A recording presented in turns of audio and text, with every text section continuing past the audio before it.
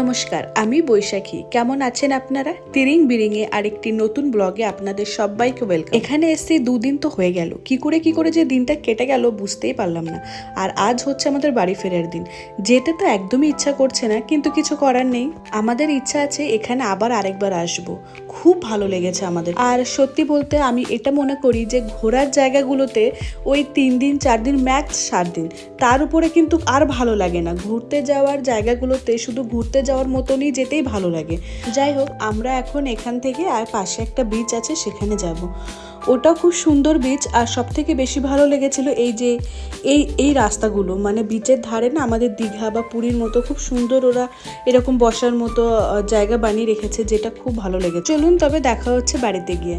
আমরা বাড়িতে এসে ফ্রেশ হয়ে তারপর চলে এসেছিলাম কমিটিতে। এখানে সরস্বতী পুজো হয়েছিল, মানে আমরা যেদিন ফিরেছি সেদিন সরস্বতী পুজো ছিল। হ্যাঁ, ভিডিওটা একটু লেট হয়ে গেছে। আমি ভেবেছিলাম ভিডিওটা আপলোড করব না, কিন্তু দেখছি যে না, করে দিই, একটা স্মৃতি হিসেবে থেকে যাবে সারা জীবন।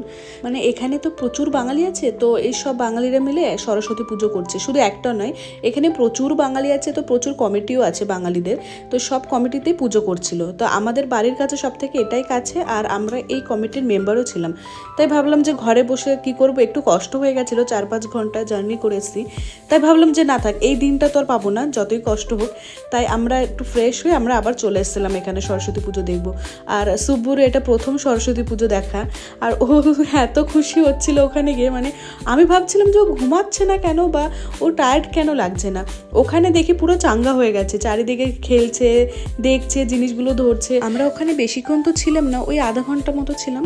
তো এখন ভাবছি বাড়ি ফিরবো, খুব টায়ার্ড লাগছে।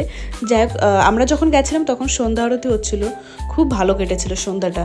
আর যতটা মানে টায়ার্ড হয়ে ছিলাম আমরা রাস্তার মধ্যে, তো ওই পুজোতে এসে আমার মনে হচ্ছে সব কিছু দূরে চলে গেছে। যাই হোক, চলুন তবে দেখা হচ্ছে আবার একটু পরের ভিডিওতে। সবাই খুব ভালো থাকবেন, সুস্থ থাকবেন, টাটা।